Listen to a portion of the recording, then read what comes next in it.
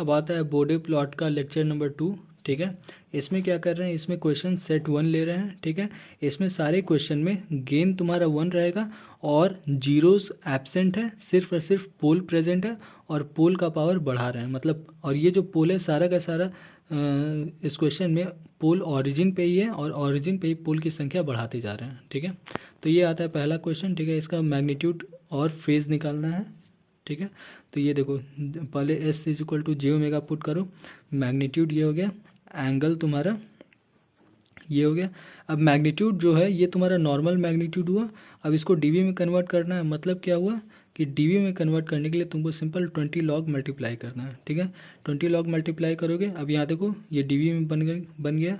अब ये क्या है, डिवीज़न है, तो इसको ए माइनस बी फॉर्मेट्स में लिख सकते हैं, that is numerator minus denominator. ठीक है, log 1 का वैल्यू 0 होता है, log ओमेगा का वैल्यू ओमेगा तो अननोन है ना भाई, ये तो फाइंड करना है, तो ये ऐसे ही रहने दो।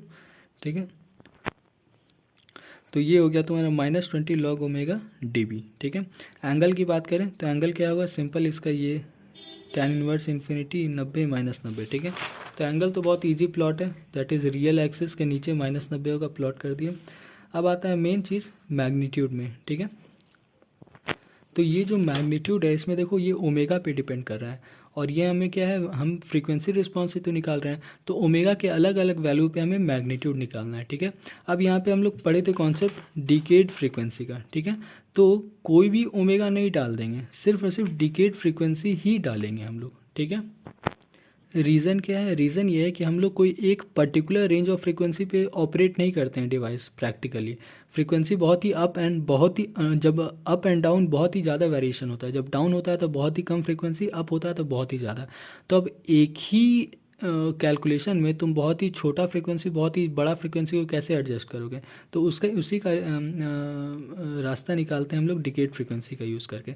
मतलब हम लोग ऐसा ऐसा इंटरवल पे फ्रीक्वेंसी रिस्पॉन्स निकालेंगे कि हमें एक प्रॉपर आइडिया हो, ताकि हमें ग्राफ से समझ आए कि अच्छा डिवाइस तुम्हारा ऐसे बिहेव करने वाला है। ठीक ना, जैसे तुम्हारा मोटर डीसी मोटर में जब फ्रीक्वेंसी कंट्रोल किया जाता है स्पीड कंट्रोल के लिए, तो बहुत ही हाई रेंज में फ्रीक्वेंसी फ्लक्चुएट करता है, तो उतना हाई रेंज को एक ही स्टडी में कैसे दिखाएंगे, तो उसीलिए हम लोग डिकेड फ्रीक्वेंसी का यूज़ करते हैं। ठीक है, ताकि हमें हर एक फ्रीक्वेंसी का ओवरऑल आइडिया मिल जाए कि अच्छा सिस्टम ऐसे परफॉर्म करेगा। ठीक है, तो यही रीज़न है, इसीलिए हम लोग स्टार्ट ओमेगा करते हैं तुम्हारा 0.1 से, फिर 1 और 10। कहने का मतलब ये जो है ये 0.1 फिर 1 और 10। अरे ये तो गलत लिख दिए हैं,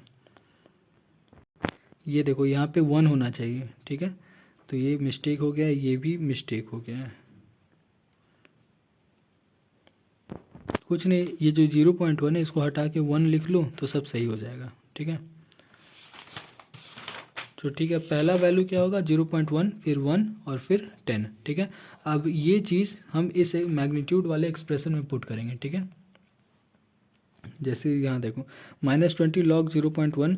अब 0.1 है तो यहाँ पे हमें इसे 10 के पावर में स्प्लिट करना है। ठीक है, और डिकेड फ्रीक्वेंसी का यूज़ करने का एक और एडवांटेज ये होता है कि तुम यहाँ पे लॉग का इजीली कैलकुलेशन कर सकते हो। ठीक है, तो ये 10 टू पावर -1 हो गया, -1 को डायरेक्टली यहाँ लेते हो क्योंकि पावर है कोएफिशिएंट में आ जाता है, आ गया, और log 10 का वैल्यू 1 होता है। ठीक है, तो ये +20 dB आ गया। सिमिलरली 1 पुट करोगे तो कुछ ऐसा हो जाएगा, यहाँ पे 1, अब log 1 का वैल्यू 0 होता है, फिर log 10 जब पुट करेंगे तो log 10 का वैल्यू 1 होता है। ठीक है, तो ये 3 वैल्यू मिल गया। ठीक है, अब ये जो चीज़ है ये चीज़ तुम्हारा वाई एक्सिस पे आएगा और ये तुम्हारा फ्रीक्वेंसी एक्सिस पे। ठीक है, तो 0.1 1 और ये चीज़ वैल्यू देख के हमें ऐसा लाइन मिल रहा है। ठीक है, अब ये देखो फ्रीक्वेंसी 0 से स्टार्ट होता है और बढ़ते जाता है, और 0 पे सिग्नल का वैल्यू क्या है 20, मतलब ये स्टार्टिंग वैल्यू है और ऐसे बढ़ते बढ़ते बढ़ते बढ़ते निगेटिव में गया। ठीक है, अगेन मैग्नीट्यूड निगेटिव कभी नहीं होता है, लेकिन ये डीबी है, समझे, ये नॉर्मल नहीं है, ये डीबी है, तो डीबी निगेटिव हो सकता है। ठीक है, इसीलिए तुम्हारा मैग्नीट्यूड निगेटिव हो गया। ठीक है, तो कहने का मतलब ग्राफ सिस्टम जो है वो इधर से स्टार्ट होके ऐसे गया। ठीक है, अब आता है नेक्स्ट चीज़, दैट इज़ इसका स्लोप निकालना। तो स्लोप क्या होता है, change in Y axis divided by change in X axis. ठीक है, अब वाई एक्सिस में मैग्नीट्यूड है, मतलब change in magnitude divided by change in frequency. ठीक है, अब यहाँ पे तुम फ्रीक्वेंसी जब चेंज करने के लिए उठाओगे तो सिंपल 1 नहीं उठाओगे, तुम्हें इसे लॉग में कन्वर्ट करना होगा तभी, दैट इज़ लॉग मल्टीप्लाई करो करके उठाओगे, ठीक है। तो इसीलिए देखो, चेंज मतलब फाइनल माइनस इनिशियल। तो स्लोप अगर बोल रहे हैं स्लोप ए बी, तो स्लोप ए से बी मतलब बी फाइनल हो गया, ए इनिशियल हो गया, ठीक है। तो y at b minus y at a मतलब magnitude at b minus magnitude at a, ठीक है, डिवाइडेड बाई बी वाला फ्रीक्वेंसी। अब देखो बी वाला फ्रीक्वेंसी क्या है, ओमेगा 2, और ए वाला फ्रीक्वेंसी ओमेगा ये है 0.1, ठीक है। तो लॉग यही हो जाएगा, लॉग तुम्हारा ओमेगा 2 माइनस ओमेगा 1, ठीक है, माइनस में है तो डिवीज़न में आ गया, ठीक है, और ये हो गया। अब ये चीज़ है, तो ऐसे करके ये 20 dB पर डिकेड आ गया। स्लोप का यूनिट होता है 20 dB पर डिकेड, ठीक है। क्यों? क्योंकि ऊपर वाला dB होता है और ये नीचे वाला डिकेड होता है, क्योंकि ये तो एक्स एक्सिस है, एक्स एक्सिस में क्या होता है, रेडियन पर सेकेंड, दैट इज़ डिकेड, ठीक है। ये हो गया। अब ये जो चीज़ है इसका मतलब क्या हुआ कि -20 dB पर डिकेड, इसका मतलब ये हो गया कि अगर तुम एक डिकेड फ्रीक्वेंसी में डिस्प्लेसमेंट करते हो, मतलब अगर ये जो सिग्नल है तुम्हारा, ये जो सिग्नल है 1/s, अगर ये एक डिकेड फ्रीक्वेंसी डिस्प्लेसमेंट करता है तो इसका मैग्नीट्यूड तुम्हारा 20 dB से डिक्रीज हो जाएगा। माइनस साइन मतलब डिक्रीज, ठीक है। तो यही चीज़ हो गया इसका मतलब, समझे। ये जो स्लोप आया ना ए बी, कहने का मतलब जब ए से बी पोजीशन पे मूव करेगा सिस्टम, तो इसका मैग्नीट्यूड में 20 dB का डिक्रीज होगा, ठीक है। तो यहाँ पे देख लो 20 dB इसके पास था, और जब ये तुम्हारा एक डिकेड फ्रीक्वेंसी मूव कर गया तो देखो सिग्नल में 0 dB आ गया, मतलब 20 dB का डिक्रीज हुआ ना, तो यही है स्लोप का मतलब, ठीक है। अब इसमें क्वेश्चन आता है कि जैसे मान लो जैसे इसी क्वेश्चन का, इसी प्लॉट का, कि बोल देगा कि यहाँ का तुम्हें मैग्नीट्यूड बताओ, मतलब जब सिस्टम इस फ्रीक्वेंसी पे, ये तुम्हें गिवन है, इस फ्रीक्वेंसी पे मैग्नीट्यूड बताओ, ठीक है। तो कुछ नहीं, तुम्हारा स्लोप का ही फॉर्मूला यूज़ करना है तुमको, ए और पी का स्लोप फाइंड आउट कर लो, ठीक है। अब स्लोप तो तुम्हें पता है, स्लोप देखो याद करके रखना होता है, ठीक है। जैसे तुम्हारा 1/s क्वेश्चन है, तो 1/s का तुम्हें याद रखना होगा कि स्लोप क्या है, ठीक है। और उस स्लोप से तुम इसको कंपेयर करोगे, जैसे देखो एपी का स्लोप, स्ट्रेट लाइन में हर एक पॉइंट का स्लोप एक ही होता है, यूनिक होता है, ठीक है। तो एपी का भी स्लोप वही होगा जो एबी का होगा, जो एसी का होगा, सब एक ही होता है, ठीक है। तो यहाँ स्लोप सीधे पुट कर दिए, ये कोऑर्डिनेट तो हमें पता है, यहाँ का फ्रीक्वेंसी भी पता है, यहाँ का मैग्नीट्यूड भी पता है, ये बस अननोन है, इसका फ्रीक्वेंसी पता है, तो सिंपल तुम ऐसे पुट करोगे, निकाल लोगे, ठीक है। अब इसी क्वेश्चन सेट 1 का नेक्स्ट क्वेश्चन है 1/s², ठीक है। तो इसमें क्या होता है, ओरिजिन पे 2 पोल है, गेन का वैल्यू 1 है और जीरोस एब्सेंट है, ठीक है। तो इसका जब करोगे तो देखो इसका मैग्नीट्यूड और एंगल निकाल दिए, ठीक है। अब ये चीज़ कोई हार्ड नहीं है, बहुत ही ईजी, बहुत ही सिंप्लीफाइड है, समझे ना। कुछ नहीं, ये मैग्नीट्यूड आ गया, मैग्नीट्यूड तुम्हारा कहाँ गया, हाँ देखो ये मैग्नीट्यूड आ गया। अब इसमें ओमेगा का डिकेड फ्रीक्वेंसी पुट करो, वैल्यू निकालो, ग्राफ प्लॉट करो, ठीक है। तो यही चीज़ है, ठीक है। स्लोप निकालो, अब जैसे ये क्वेश्चन आ गया, इसमें भी सेम चीज़, वही सब चीज़ हुआ है। अब ये फाइनल टेबल बना दिए, इसमें देखो इसमें क्या है, इसमें एक pole at origin, 2 pole, 3 pole, n number of pole, ये फॉर्मूला ही बन गया, ठीक है।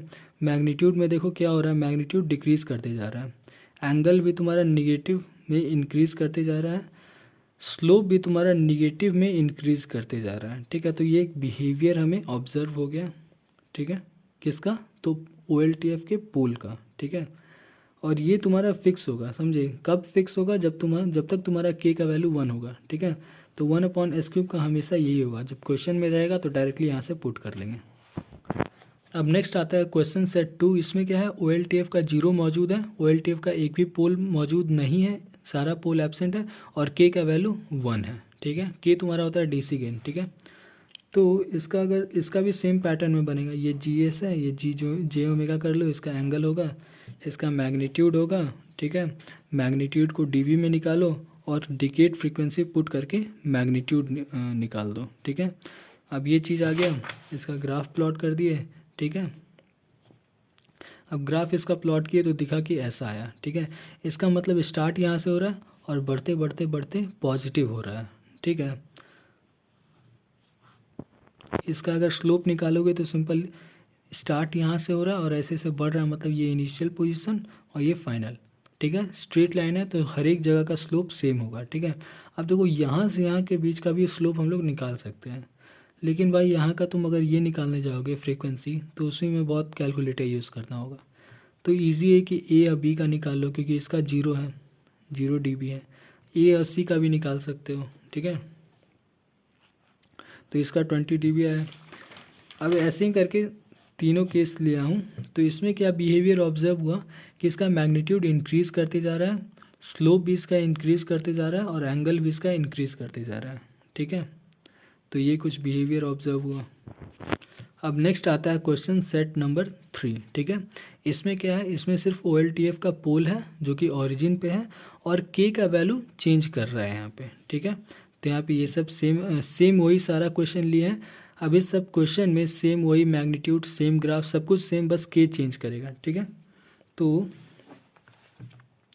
इसमें सबसे पहले K = 1 पे हम लोग स्टडी कर रहे हैं। ये क्वेश्चन का 3 केस लेंगे, K का वैल्यू 1 पे, K का वैल्यू 1 से छोटा और 1 से बड़ा, ठीक है। तो ये पहला केस, तो ये तो हम लोग कर ही चुके हैं, सेम चीज़ है। इसका स्लोप -20 dB पर डिकेट आया था। नेक्स्ट केस आता है K > 1, ठीक है। तो अब देखो 1 को ही हम लोग क्यों सेलेक्ट किए, मतलब 1 के आसपास ही क्यों मेज़र कर रहे हैं। तो भाई क्रिटिकल पॉइंट हम लोग एक कॉन्सेप्ट पढ़े थे और क्रिटिकल पॉइंट में मैग्नीट्यूड क्या था, 1। जब मैग्नीट्यूड 1 होता है तो उसको क्रिटिकल पॉइंट बोलते हैं, ठीक है। ये तुम्हारा 1 + GHS दैट इज़ CLTF का जो फॉर्मूला होता है 1G/1 + G, तो यही 1+ है, ठीक है। तो इसी के कारण हम लोग 1 के आसपास ही स्टडी कर रहे हैं, ठीक है।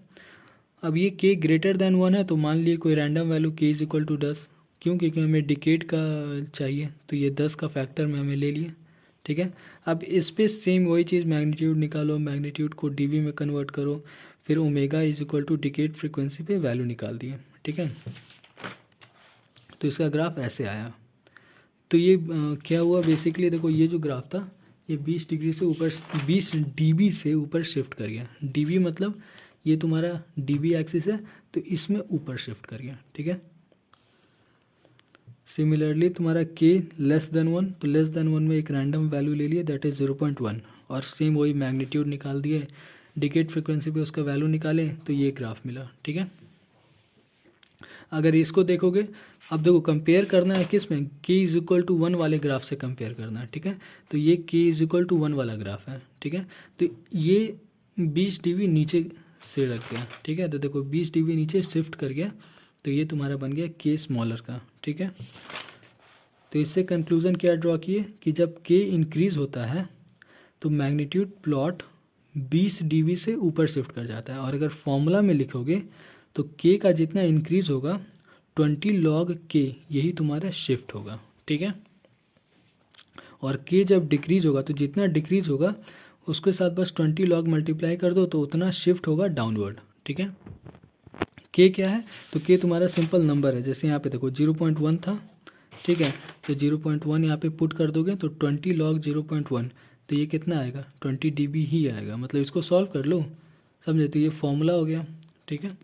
अब दूसरी बात क्या कि स्लोप K पे डिपेंड नहीं करता है, ठीक है, क्योंकि देख लो ये भी तुम्हारा स्ट्रेट लाइन है, इसका भी स्लोप उतना आया है, स्लोप हमेशा कांस्टेंट आ रहा है, ठीक है। तीसरा बात क्या हो गया, तीसरा चीज़ हो गया कि मैग्नीट्यूड डिपेंड कर रहा है, ठीक है। मैग्नीट्यूड सेम नहीं है, जैसे यहाँ पे देखो कि ये तुम्हारा थर्ड केस है, तो इसमें मैग्नीट्यूड का एक्सप्रेशन क्या है, ये, ठीक है। जबकि अगर ये देखो K = 10 देखोगे तो इसमें मैग्नीट्यूड का एक्सप्रेशन ये है। तो मैग्नीट्यूड तुम्हारा चेंज कर रहा है और उसके चेंज करने का फॉर्मूला क्या है, 20 log K, ठीक है। अब यहाँ पे एक और कॉन्सेप्ट आता है गेन क्रॉसओवर फ्रीक्वेंसी का, जो कि हम लोग पोलर नाइक्वेस्ट प्लॉट में पढ़े हैं, ठीक है। इसको WGC से रिप्रेजेंट करते हैं। इसका डेफिनेशन क्या होता है कि वैसा फ्रीक्वेंसी जब OLTF का मैग्नीट्यूड 1 के बराबर हो, या फिर तो अगर dB में बात करें तो OLTF का मैग्नीट्यूड 0 dB के बराबर हो, तो उस फ्रीक्वेंसी को हम लोग गेन क्रॉसओवर फ्रीक्वेंसी बोलते हैं, दैट इज़ OmegaGC। तो अगर ग्राफ देखोगे तो देखो ये तुम्हारा ग्राफ है और ये ग्राफ का वैल्यू 0 dB कहाँ पे है, तो देखो यहाँ पे। तो मतलब ये जो फ्रीक्वेंसी हो गया 0.1 रेडियन पर सेकेंड, ये तुम्हारा ओमेगा GC हो गया, मतलब गेन क्रॉसओवर फ्रीक्वेंसी हो गया। 0.1 नहीं, 0.1 रेडियन पर सेकेंड, ठीक है। उसी तरह से ये वाला ग्राफ में देखो, तो ये ग्राफ का 0 dB कहाँ है, तो 0 dB तुम्हारे इस एक्सिस में, तो यहाँ देखो इस एक्सिस में ये ग्राफ कहाँ टच कर रहा है, तो देखो यहाँ पे। तो ये तुम्हारा हो गया ओमेगा GC, ठीक है। अगर यहाँ की बात करें तो यहाँ तो ओमेगा GC ये हो गया, ठीक है।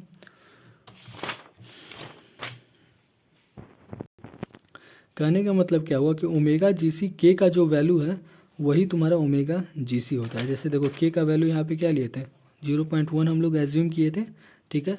और तुम्हारा गेन क्रॉसओवर कहाँ पे हुआ, 0.1 रेडियन पर सेकेंड पे ही हुआ। अब देखो के जो है ये नंबर है और ये क्या है, ये तुम्हारा एक रेडियन पर सेकेंड फ्रीक्वेंसी है, ठीक है। तो कहने का मतलब इसका जो न्यूमेरिकल वैल्यू है वो सेम रह रहा है, यूनिट अलग है। ये तुम्हारा नॉर्मल नंबर है, ये रेडियन पर सेकेंड है, ठीक है। तो इससे थोड़ा ध्यान रखना, ठीक है। Omega GC is equal to K, ठीक है। ये कब होता है, तो OLTF में पोल एट ऑरिजिन एंड के, ठीक है। जब OLTF में सारा पोल्स ऑरिजिन पे होगा तब होगा, ठीक है। अब नेक्स्ट आता है तुम्हारा के इज इक्वल टू S², ठीक है। तो ये क्या है, ये भी तुम्हारा सेम सेट का ही क्वेश्चन है। इसमें भी अगेन के का अलग अलग वैल्यू लेंगे, ठीक है। और इसमें हम लोग मैग्नीट्यूड को स्टडी करेंगे, ठीक है। तो इसमें भी सेम वही चीज़ आएगा, दैट इज़ 20 dB से ऊपर शिफ्ट किया और 20 dB से नीचे शिफ्ट किया। तो ये 20 से क्यों शिफ्ट किया, क्योंकि के का सेम वैल्यू हम लोग लिए थे, ठीक है। दैट इज़ के इज इक्वल टू 1, के इज इक्वल टू 10 एंड के इज इक्वल टू 0.1। अब क्वेश्चन में अलग रहेगा तो ये शिफ्टिंग भी अलग होगा, ठीक है। फॉर्मूला बस याद रखना 20 log k, ठीक है। तो ये सब हो गया। अब इसमें ओमेगा GC बोलेगा तो देखो 0 dB यहाँ पे है तो ये यहाँ पे टच कर रहा है, 0 dB यहाँ पे तो यहाँ पे। अब ये जो है ये बीच का कोई फ्रीक्वेंसी है, तो ये भाई तुम्हें कैलकुलेट करना होगा। कैसे कैलकुलेट करना होगा, तो उससे अगेन वही हम लोग पिछला चैप्टर में पढ़ चुके हैं, दैट इज़ मैग्नीट्यूड को 1 से इक्वेट कर दो, या अगर dB में है तो dB में 0 dB से इक्वेट कर दो, ठीक है। या फिर तो स्लोप कंपैरिजन से भी निकाल सकते हो, ठीक है। जैसे हमें ए या बी का स्लोप पता है तो एक पॉइंट यहाँ ले लो, एक पॉइंट यहाँ ले लो, ये दोनों का स्लोप निकाल दो। और स्लोप पता है तो स्लोप वैल्यू लिख देंगे, इसका वैल्यू पता है dB और मैं ये फ्रीक्वेंसी भी पता है तो ये इसका निकल जाएगा, ठीक है। अब आता है जनरलाइज्ड के। तो देखो के अगर S में है, मतलब सॉरी क्या बोल रहे हैं, अगर डिनोमिनेटर में एक ही पोल है तो उसका फॉर्मूला होगा omega GC is equal to K. और पोल अगर बढ़ते जाएगा तो इसका ये रूट में आते जाता है, ठीक ना। तो अगर k/s² है तो इसका ओमेगा GC क्या होगा, रूट अंडर के। अगर s³ है तो इसका ओमेगा GC क्या होगा, k का पावर थर्ड रूट, ठीक है। अब थर्ड रूट को ऐसे भी लिखा जाता है 1/3, k टू द पावर 1/3, ठीक है। तो ये फॉर्मूला हो गया k divide by s to the power n is equal to omega GC is equal to k to the power 1/n, ठीक है। अब यही सेम चीज़ अगर तुम जीरोज़ में स्टडी करोगे तो जीरोज़ में क्या फॉर्मूला बनेगा, omega GC is equal to K. अच्छा ये निकालने का तरीका होता है, ठीक ना। G(s) is equal to K(s), ठीक है। S is equal to J put करो, इसका मैग्नीट्यूड लो। अब इसका मैग्नीट्यूड सिंपल था इसलिए मैंने एक स्टेप में कर दिया, लेकिन इसका मैग्नीट्यूड पूरा कायदे से लेना है, ठीक है। और यहाँ पे ये मैग्नीट्यूड 1 होता है, ठीक है। 1 से इक्वेट करना है, 1 से इक्वेट करो, आराम से निकल जाएगा। तो ये तो कुछ अगर क्वेश्चन ऐसा है तब, लेकिन क्वेश्चन अलग है तो तुम इसी मेथड से निकालोगे, ठीक है। जीरो का ये होता है।